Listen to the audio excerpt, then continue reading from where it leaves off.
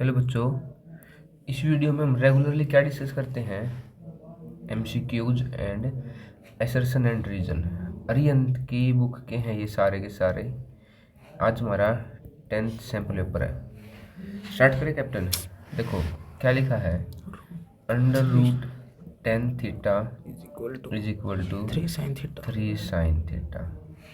और पूछ लिया इन्होंने sine square theta minus cos square theta minus cos square theta.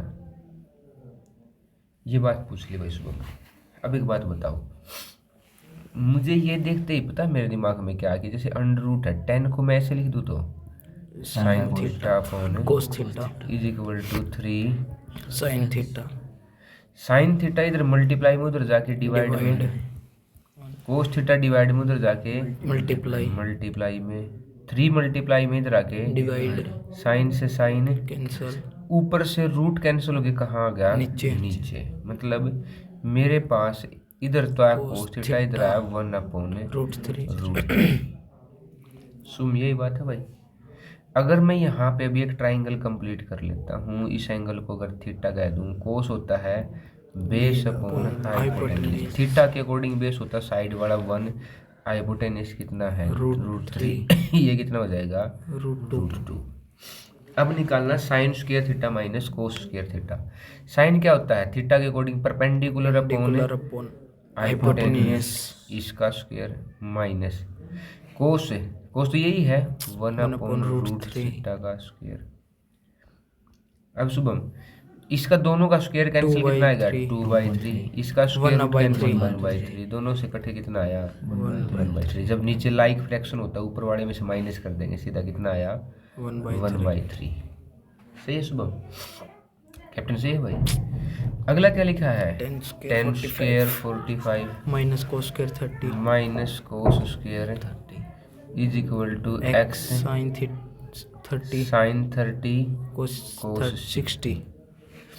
देखो 10 किसकी वैल्यू? 45 पे एक का स्क्वायर एक कोस 30 रूट 3/2 रूट 3/2 का square 3/4 is equal to x sine 30 1/2 cos 60 1/2। ये 2 जा नीचे आया 4, इधर डिवाइड में इधर आके अब देखो मल्टीप्लाई में किसी एक के नहीं आएगा, दोनों टर्म, एक टर्म ये है एक टर्म ये, 4 1 जा 4 माइनस 3/4 इंटू 4 से 4 कैंसिल, तो 4 माइनस 3 कितना हो गया? 1। किसकी वैल्यू? एक्स की। तो एक्स की वैल्यू कितनी आ गई यहाँ से? 1। अगला question, if a pair of linear equation in 2 variable is consistent. Consistent का मतलब क्या है? या तो वो कोइंसिडेंट है एक दूसरे के ऊपर, सॉल्यूशन है इनफाइनाइट, या वो दोनों लाइनें क्या कर रही हैं? इंटरसेक्ट। इसका मतलब शुभम है यूनिक सॉल्यूशन, इसका इनफाइनाइटली मेनी सॉल्यूशन। ठीक है, तो क्या होगा कि कोइंसिडेंट हो सकती हैं, परपेंडिकुलर भी हो सकती हैं, then the lines linear to consistent then the lines represented by 2 arcs। अब देखो neither coincident nor perpendicular, नहीं ये क्वेश्चन गलत है। परपेंडिकुलर है अगर कोई लाइन एक दूसरे के ऊपर, तो मतलब इंटरसेक्ट कर रही है ना वो, और इंटरसेक्ट कर रहे होंगे तो क्या होगा? सॉल्यूशन। क्वेश्चन गलत है। यहाँ पे ये इनकंसिस्टेंट पूछा होगा, इनकंसिस्टेंट। तो इनकंसिस्टेंट का मतलब ना तो वो कोइंसिडेंट है और ना ही परपेंडिकुलर, फिर ये आंसर होने के चांसेस ज़्यादा ठीक रहेंगे। अगला क्वेश्चन है, इसने लिखा कि x इज इक्वल टू 2 और x इज इक्वल टू 0। 2 दिन पहले भी आया था the zeros of the polynomial. अगर x zeros of the polynomial जब भी दिमाग में आए तो तब भी उनके alpha plus beta minus B upon A और अल्फा इंटू बीटा में सी अपॉन ए, और हमारे पास क्वाड्रेटिक पोलिनोमियल है 5x² plus ax plus B.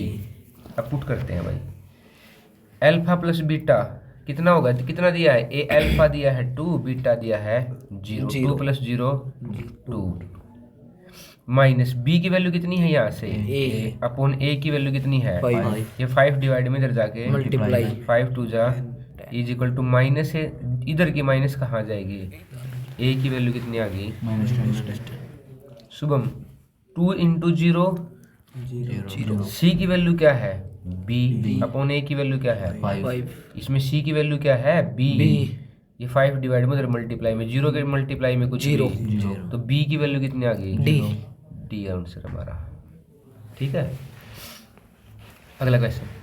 For the value of K for which the one root of the quadratic equation is the 6 times the other. अगर एक root alpha है, उसका दूसरा root कितना है? इसका 6 गुना मतलब 6 अल्फा। 6 अल्फा। सही बात है भाई। अगर एक कितना है अल्फा तो दूसरा कितना है? दोनों को जोड़ूंगा कितना हो गया? 7। और सम ऑफ रूट किसके बराबर होता है? माइनस बी अपॉन ए माइनस। इक्वेशन क्या उसको लिखते हैं? के x square minus 14x plus 8। तो माइनस 14b ए कितना? के। दूसरी बात है product of root 6 alpha square is equal to 8 by k c upon ए। सही है ये बात। अगर मैं यहाँ से अल्फा की वैल्यू निकाल लूँ, अल्फा कितना हो गया? ये 7 मल्टीप्लाई में इधर आके डिवाइड में 7 2 जा माइनस से प्लस, तो 2 अपॉन के। और इसको यहाँ पुट कर दो, करो भाई पुट। 6 इंटू अल्फा स्क्वायर, 2 का स्क्वायर है 4 और के का स्क्वायर इज इक्वल टू 8 के। ये के स्क्वायर डिवाइड में उधर जाके मल्टीप्लाई, एक पावर से एक पावर है कैंसल, 8 मल्टीप्लाई में इधर आके डिवाइड, तो 4 2 जा 8, 2 3 जा 6, तो के की वैल्यू कितनी आ गई? 3 के की वैल्यू कितनी आ गई? डी। ऐसे भी कर सकते हैं कि आपसे 2 बातें रिलेशन यूज करवा लें 2 बार। समझ में आ गया? सॉरी यार थोड़ी तबीयत डाउन है। इसने कहा है कि एक्स एक्सिस 2 पॉइंट है सुबह में, एक है 3,6 और दूसरा पॉइंट कितना है? 12, -3। और इसने कहा कि कोई एक पॉइंट है जो एक्स एक्सिस के ऊपर, एक्स एक्सिस के ऊपर आते ही मेरे दिमाग में बात आनी चाहिए y0। और मैं इसे सीधा देखो x क्यों निकालूंगा जब x तो कंफ्यूजन है, पहले ही नहीं पता मुझे, y पता है 0 तो y निकाल देंगे। मतलब मैं इसको k/1 मानूंगा और y की मल्टीप्लाई करूंगा इधर और इसकी मल्टीप्लाई करूंगा इधर। k की 3 के साथ करी -3 के, 6 के साथ करी, नीचे कितना हो गया? k+1। ये कौन सी वैल्यू आई है? y वैल्यू, y कितनी है ऊपर है? 0। ये डिवाइड में उधर जाके मल्टीप्लाई 0 ही हो जाएगा। 3k + 6 is equal to 0। 6 plus का उधर जाके minus 3k is equal to -6। ये -3 इधर मल्टीप्लाई में उधर जाके डिवाइड -6 अपॉन -3 माइनस से माइनस 3 2 6। तो यहाँ पे अगर पुट करूँगा k की वैल्यू 2/1 बी। कौन सा ऑप्शन सुबह में? बी। ठीक है, अगला एरिया ऑफ सेक्टर सुनते ही मेरे दिमाग में theta by 360 into pi r square। Pi r square. और एंगल भी दे दिया, एंगल कितना दिया? 90 अपॉन 360 22/7। आर कितनी दी है? 21 7 अब देखो 90 4 जा 7 3 जा 3 जा 2 2 जा 2 1 जा 11 3 33 की 21 से 21 कैरी कितना हो गया? 2 63 और 2 65 का हाफ, तो 65 30 25 नहीं नन ऑफ दीज होगा भाई। फिर ये तो कहीं गलती तो नहीं होगी हमारी, एक बार कैलकुलेशन चेक कर लेनी चाहिए हमें। 2 3 जा 6 2 21 32 नो देखो कितना होगा? 21 693 एमडी हो मल्टीप्लाई ऊपर। एक मिनट जान दो, 11 33 में है 21 की 3। अच्छा रुको यार, मैंने 21 की 3 से गुणा ही नहीं करी, दिमाग में पता नहीं क्या चल गया था। आपने एक लिख लिया, मैंने वो एक मान लिया दिमाग में ना। 21 3 जा कितना होगा? 63 और कैरी कितने हो गए? 6 और 21 3 जा 63 और 693। ठीक है, इसको डिवाइड कर देंगे, जो आंसर आएगा वो कर देंगे भाई। ठीक है, अगला question. The smallest number by which square root 27 should be multiply so that to get a rational number. Smallest number पूछा है। अगर मैं 27 के प्राइम फैक्टर करूँ तो 3 मल्टीप्लाई 3 मिलेगी। मुझे क्या करना है? इसका स्क्वायर रूट खत्म करना है, तो कम से कम कौन सा नंबर होगा? √3। क्या होगा? √3। 3 नहीं होगा, √3 होगा स्मॉलेस्ट नंबर, क्योंकि जैसे इसमें इसको लिखूंगा पेयर में से एक चीज़ तो बाहर आ गई, क्या बचा √3। अगर मैं इसको √3 से मल्टीप्लाई कर देता हूँ तो √3 से √3 कैंसिल हो गया, कितना आ गया 3 और कितना हो जाएगा ये 9 रैशनल नंबर है। इसमें बहुत प्यारा क्वेश्चन है, बहुत नया, समझ में आ गई बात। अगले क्वेश्चन की तरफ बढ़ो। फिर मैं तुम्हें हर बार बताता हूँ कि जैसे इसने दिया है ट्राइंगल ABC सिमिलर है ट्राइंगल FE DFE के। एंगल ए किसके, देखो पहले वाला एंगल पहले वाले के, दूसरे वाला दूसरे के, तीसरे वाला तीसरे के। यही होता है ना सुबह में। तो एंगल A 50 दे दिया तो इससे एंगल D भी तो 50 ही होगा, क्या सही बात है। एंगल C 30 दे दिया तो एंगल C किसके बराबर है, एंगल F के, E के, नहीं CF, हाँ E की है भाई, तो एंगल E के। AB दिया है 10, AB कितना दिया है 10, AC कितना दिया है 15 एंड DF कितना दिया है 8। तो which of the following is true. पहले तो एक बात तो एंगल F की भी पूछी है सुबह में, किसकी पूछी है अब ये बताओ मुझे किसी ट्राइंगल के दो एंगल पता है, एक D का और एक E का। एक है 50, एक है 30, तो थर्ड एंगल कितना बचता है 180 में से इन दोनों का सम माइनस कर देंगे, एंगल F कितना बचा 100 डिग्री। ठीक है, और कहाँ है F 100, बस एक ही ऑप्शन में, मुझे और कुछ सोचना ही नहीं पड़ा, दो ऑप्शन में नहीं है, F D है वहाँ। ठीक है, तो एंगल F है ना, D तो यही है 50 का, समझ में आ गया सब, कुछ दिक्कत तो नहीं, बहुत सही क्वेश्चन है ना। लेकिन ऐसे क्वेश्चन सोचने के लिए ना तुम याद रखियो हमेशा हमेशा हमेशा तुम्हें ना उसका बेसिक जरूर पता होना चाहिए, तुम्हें ये पता होना चाहिए क्वेश्चन में लिखा क्या था। जैसे इसने लिख दिया tangent drawn at the extremities of the diameter. ये कितनी बार आ ली ये बात है कि अगर कभी भी एक सर्कल है मेरे पास, उस सर्कल के मैं डायमीटर के एक्सट्रीमीज मतलब बाहर के पॉइंट ऐसे टेंजेंट कर दूँ, ये दोनों टेंजेंट क्या होते हैं एक दूसरे के पैरेलल तो लिख रखा है, क्या लिख रखा है कि पैरेलल होते हैं बस। तो क्वेश्चन अगर नहीं समझ में आएगा एक्सट्रीमीज का मतलब क्या है तो तुम कैसे सोल्व कर दोगे इस बात को, कैसे भी नहीं सोल्व कर सकते। ठीक है, अगला क्वेश्चन क्या है उसको देखो।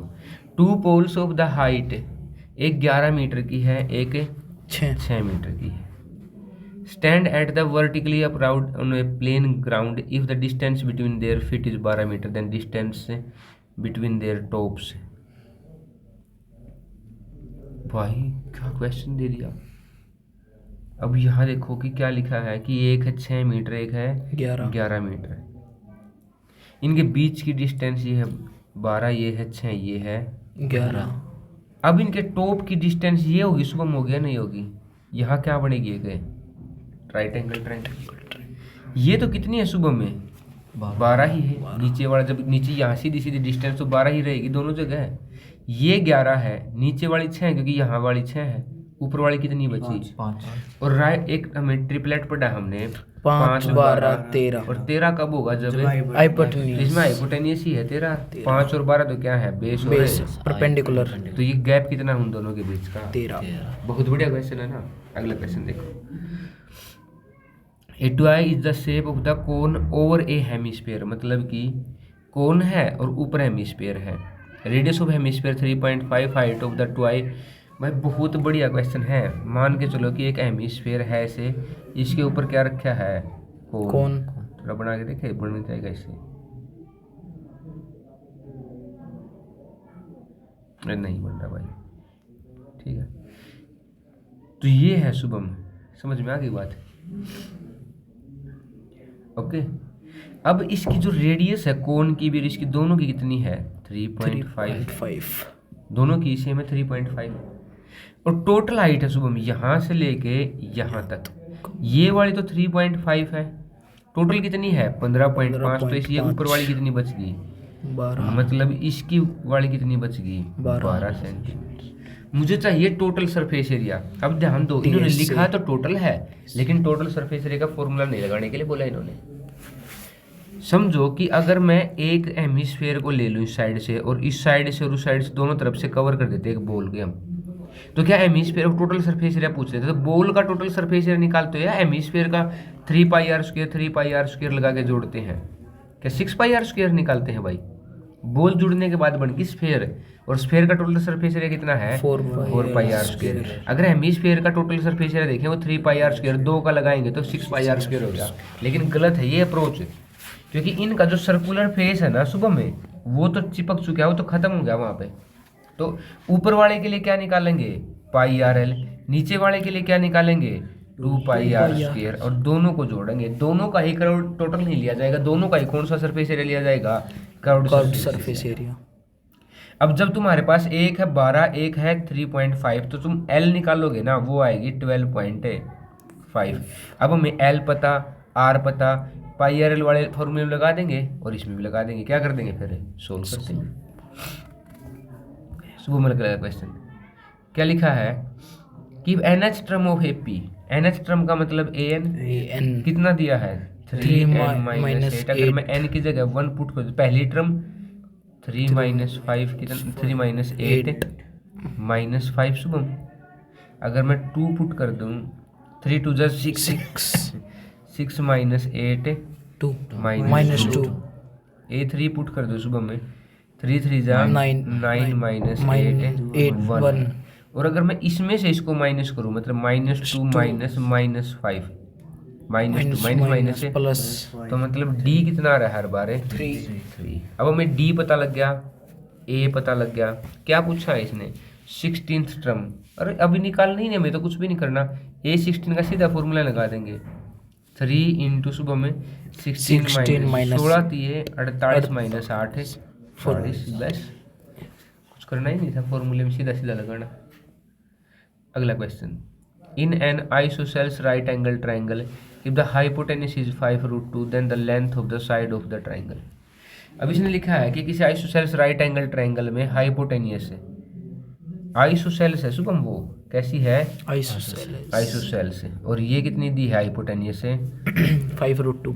अगर मान के चलो परपेंडिकुलर को x मानूं तो ये भी तो कितना होगा x, क्योंकि ऐसी राइट एंगल है जो आइसोसेल्स मतलब जिसकी दो साइड बराबर है और दो साइड सेम है, हाइपोटेन्यूज दे ही रखे हैं हमें। तो अब देखो x² plus x² is equal to 5√2 का स्क्वायर भाई कैप्टन। x² कितना होगा सुबह में 2x², 5 का स्क्वायर है 25, √2 का स्क्वायर है 2 मल्टीप्लाई में उधर में जाके डिवाइड, तो दोनों तरफ स्क्वायर रूट करूंगा तो कितनी आएगी x इज इक्वल टू 5 तो x कितनी आ गई साइड 5 सेंटीमीटर। अगला क्वेश्चन भाई C is the mid point of PQ, C is the mid point of PQ। तो P लिख लेते हैं शुभम 4 × x और C लिख रखा है मिड पॉइंट y, -1, Q दिया है -2, 4। अब एक बात तो मिड पॉइंट का फॉर्मूला क्या है x1 plus x1 plus x2 x2/2 y1 plus y2 upon 2। x1 कितना x2 कितना अपॉन 2 y1 कितना x y2 कितना 4 अपॉन।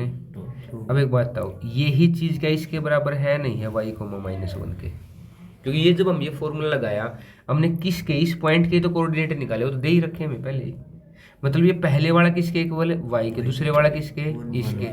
करो 4 - 2 2/2 बहुत बढ़िया। y की वैल्यू कितनी आ गई 1, x plus 4/2 is equal to -1 है, y के बराबर है, माइनस डिवाइड में उधर जाके मल्टीप्लाई तो x ये प्लस का है इधर जाके उधर जाके तो इनकी मल्टीप्लाई करूंगा -4 और -4 माइनस का 6। कहाँ है x की वैल्यू -6 है, यही आंसर है। ठीक है।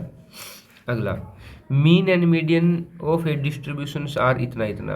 भाई कितनी बार आ लिया क्वेश्चन इनके रिलेशन के ऊपर है।